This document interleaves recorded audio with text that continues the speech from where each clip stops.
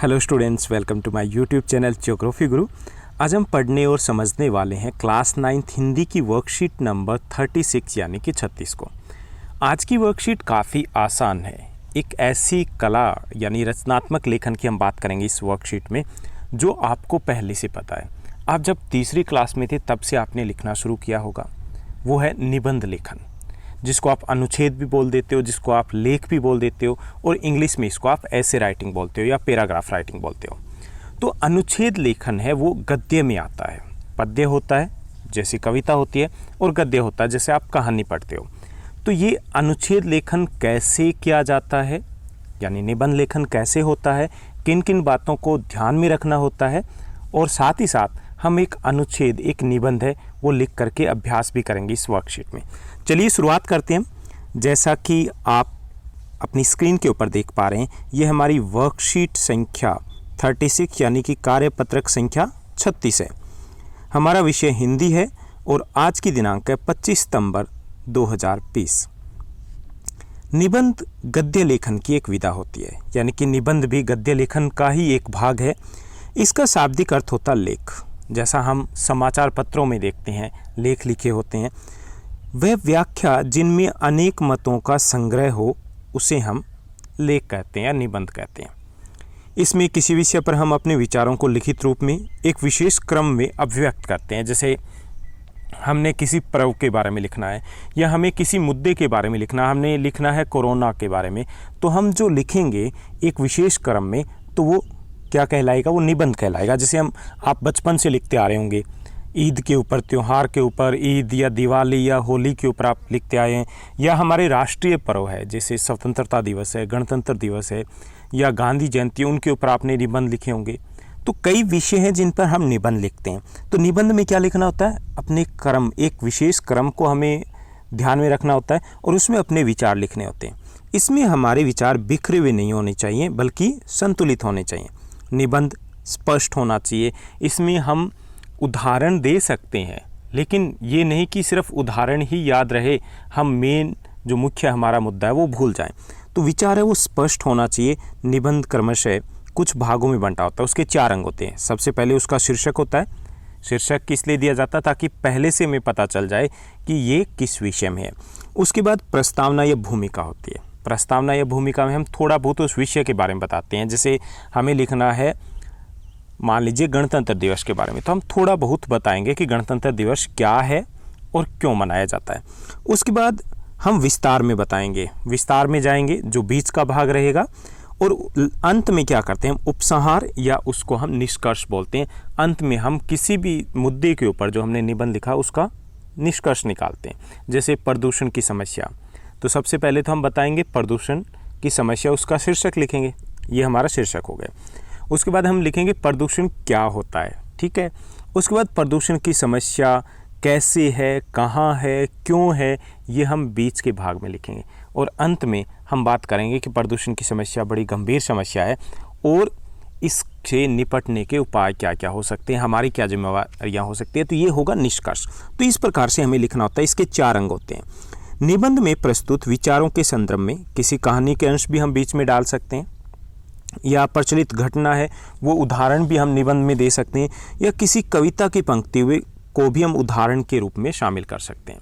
अगर हमें अच्छा स्कोर करना है, अच्छे मार्क्स लेने हैं, तो हमारे जो मार्क्स हिंदी में कम होते हैं उनमें सबसे ज़्यादा संभावना होती है वो निबंध में कम होते हैं। कि हमारा 10 अंकों का है तो कई बार हमें 8 अंक मिलते हैं, 8 का है तो हमें 7 मिल जाते हैं, वो कमी कहाँ रह जाती है। तो उसको अगर पूरा करना है तो हमें हमेशा कविता की कुछ पंक्तियाँ याद रखनी चाहिए। कुछ पंक्तियाँ मतलब आपको लगभग सा निश्चित होता है कि ये जो पंक्तियाँ होगी, ये जो निबंध होते हैं ज़्यादातर, उनमें आपके पास विकल्प होते हैं, कोई एक करना होता है। तो या तो वो त्योहारों से संबंधित होता है, यानी कि भारत की संस्कृति से संबंधित 2 पंक्ति आप याद रख सकते हो, या फिर वो देशभक्ति से संबंधित ज़रूर होगा। तो हमें ये पंक्तियाँ याद रखनी चाहिए ताकि हमारे अंक हैं वो पूरे मिले। अब नीचे दिए गए हमें क्या करना है, आज हम अभ्यास करेंगे, एक निबंध लिखेंगे। अब आप नीचे दिए गए संकेतों के आधार पर इस निबंध का शीर्षक पहचानना हमें, फिर हमें इन संकेतों का प्रयोग करते हुए हमें एक निबंध लिखना है। इसके लिए कुछ चित्र भी दिए गए हैं ताकि हम पहचान पाएँ, यानी हमें क्या दिया गया, यहाँ पर हमें कुछ जैसे अंग्रेजी में दिए होते हैं क्लू दिए गए हैं, संकेत दिए गए हैं। तो यहाँ देखिए कि क्या दिया गया है। यहाँ दिया गया स्वतंत्रता यानी आज़ादी। भारत लगभग 200 वर्षों तक अधीन रहा। देश गुलामी से आज़ाद हुआ। बहादुर लोग देश के लिए अपना जीवन समर्पित कर दिया। देश को स्वतंत्र कराने के लिए अंतहीन बलिदान दिए। कुछ याद आया किसके बारे में? ये आज़ादी के पर्व के बारे में, ये स्वतंत्रता के बारे में है। तो इतना तो हमें समझ में आ गया कि हमारा शीर्षक ये रहेगा। अब हमें कुछ और यहाँ पर संकेत दिए गए ताकि हम इस निबंध को लिख पाएँ। देशभक्ति और देश प्रेम के लिए उन्हें याद किया जाता है। इनके कारण स्वतंत्र हैं। देश को अन्याय शोषण से मुक्त कराने के लिए लड़े। कौन लड़े? हमारे देश के स्वतंत्रता सेनानी। हर परिस्थिति से गुजरे, कई यातनाएं सही, जन जन को प्रेरित किया, स्वतंत्रता आंदोलनों का नेतृत्व किया, मौलिक अधिकारों के प्रति हमें जागरूक किया। इनकी अनथीन एक लंबी सूची है जिनमें कुछ प्रसिद्ध है, जैसे रानी लक्ष्मीबाई, महात्मा गांधी, भगत सिंह, उधम सिंह, राजगुरु, सुभाष चंद्र बोस, चंद्रशेखर आज़ाद, सुखदेव, सरोजिनी नायडू। तो कुछ अज्ञात भी है। ये एक लंबी सूची है और ऐसे भी बहुत सारे लोग हैं जिनके हम नाम नहीं जानते। तो इन लोगों ने हमारी आज़ादी के लिए प्रयास किए। कुछ ने शांति से तो कुछ ने अपनी उग्र रूप से भूमिका निभाई। इनके निस्वार्थ और कठिन परिश्रम के कारण देश आज़ाद हुआ। उनके अनमोल प्रयत्न बेकार न हो, इसलिए हमें भी एक जिम्मेवार नागरिक के रूप में अपने कर्तव्यों का पालन करना चाहिए। तो ये जो हमें संकेत दिए गए हैं, इससे हमें पता चल रहा है कि हमें आज़ादी और आज़ादी में देशभक्तों के योगदान के बारे में निबंध लिखना है। ओके, यहाँ पे जो चित्र दिए गए हैं तो इन चित्र को भी आप पहचानिए कि सभी जो बड़े देशभक्त रहे हैं, जिनका योगदान अहम रहा है, उन सभी देशभक्तों के चित्र है वो यहाँ पर दिए गए हैं। तो चलिए अब हम इन्हीं संकेतों के आधार पर एक निबंध लिखते हैं जो आज का हमारा इस वर्कशीट का टास्क है। आज़ादी का पर्व, स्वतंत्रता दिवस, ये हमारा शीर्षक हमने दिया। ब्रिटिश शासन से आज़ादी मिलने की वजह से भारत में स्वतंत्रता दिवस सभी भारतीयों के लिए एक महत्वपूर्ण दिन है। हम इस दिन को हर साल 15 अगस्त 1947 से मना रहे हैं। गांधी, भगत सिंह, लाला लाजपत राय, तिलक, चंद्रशेखर आज़ाद जैसे हजारों देशभक्तों की कुर्बानी से देश आज़ाद हुआ है। भारत दुनिया के सबसे बड़े लोकतंत्र के रूप में गिना जाता है, सब कुछ उन्हीं के कारण। आज़ादी के इस पर्व को सभी भारतीय अपने अपने तरीके से मनाते हैं। यानी कि अब हमने यहाँ पे क्या बताएंगे, थोड़ी और व्याख्या करेंगे कि कैसे मनाया जाता है, कहाँ मनाया जाता है। तो आज़ादी के इस पर्व को सभी भारतीय अपने अपने तरीके से मनाते हैं, जैसे उत्सव की जगह को सजाना, फिल्में देखकर, अपने घरों पर राष्ट्रीय झंडे को लगाकर, राष्ट्रगान और देशभक्ति के गीत गाकर, कई सारे सामाजिक क्रियाकलापों में भाग लेकर अलग अलग तरीके हम अपनाते हैं। राष्ट्रीय गौरव के इस पर्व को, गौरव मतलब हमारे लिए गर्व की बात है ये, राष्ट्रीय गौरव के इस पर्व को भारत सरकार द्वारा भी बड़ी धूमधाम से मनाया जाता है। हम दिल्ली वालों को तो बड़े अच्छे से पता है इसके बारे में।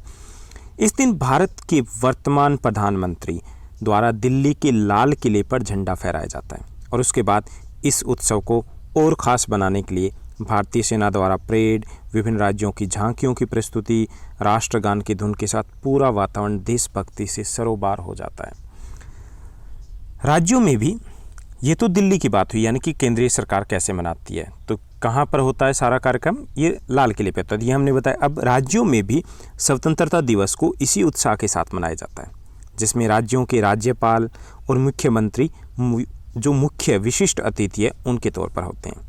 कुछ लोग सुबह जल्दी ही तैयार होकर प्रधानमंत्री जी के भाषण का इंतजार करते हैं। भारतीय स्वतंत्रता इतिहास से प्रभावित होकर कुछ लोग 15 अगस्त के दिन देशभक्ति से ओतप्रोत फिल्में भी देखते हैं। साथ ही सामाजिक कार्यक्रमों में भी भाग लेते हैं। इस दिन नई घोषणाएं होती है, समाज में भी कुछ उन्नति के कार्य हैं वो किए जाते हैं, उनकी घोषणा होती है। अब इस आंदोलन की बात करें कि हमें आज़ादी जो मिली थी उसमें किन किन की महत्वपूर्ण भूमिका रही, तो महात्मा गांधी के अहिंसा आंदोलन की वजह से हमारे स्वतंत्रता सेनानियों को खूब मदद मिली। 200 साल के लंबे संघर्ष के बाद ब्रिटिश शासन से हमें आज़ादी मिली।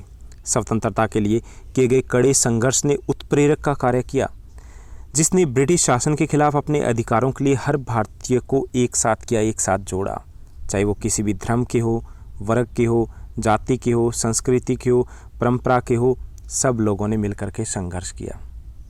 यहाँ तक कि अरुणा आसिफ अली, एनी बेसेंट, कमला नेहरू, सरोजिनी नायडू, विजयलक्ष्मी पंडित जैसी महिलाओं ने चूल्हा चौका छोड़कर आज़ादी की लड़ाई में अपनी महत्वपूर्ण भूमिका अदा की। यानी ये सिर्फ पुरुषों का योगदान नहीं था, महिलाएं भी इसमें पीछे नहीं रही थी। इस दिन भारतीय होने के नाते हमें गर्व करना चाहिए और ये वादा करना चाहिए कि हम किसी भी प्रकार के आक्रमण या अपमान से अपनी मातृभूमि की रक्षा के लिए सदा देशभक्ति से पूर्ण और ईमानदार रहेंगे। तो ये था निबंध जो आपको लिखना है। इसमें आप कुछ भी ऐड करना चाहो तो ऐड कर सकते हो, कुछ पंक्तियाँ, और ज़्यादा लेंथी नहीं किया। तो ये एक महत्वपूर्ण दिवस होता है। तो ये थी हमारी आज की वर्कशीट। इस वर्कशीट के साथ साथ मैं एक और आपसे वादा लेना चाहूँगा, वो ये कि हम इस वक्त आज़ाद हैं और हमें इस वक्त किसी प्रकार के बलिदान देने की ज़रूरत नहीं है, लेकिन देश की सेवा हम कर सकते हैं। देश की सेवा करना का मतलब ये नहीं कि हम जाएं बॉर्डर पर जाकर के ही हम देश सेवा कर सकते हैं। हम देश सेवा ऐसे भी कर सकते हैं, अगर हमारी जो भी ड्यूटी है वो अगर हम ठीक से करें, ईमानदारी से करें, तो ये भी देश प्रेम है, ये भी देशभक्ति है।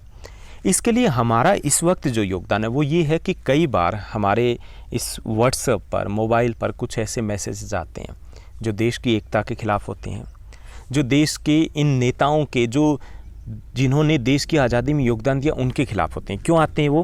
क्योंकि देश में कुछ लोग एकता को नहीं देखना चाहते।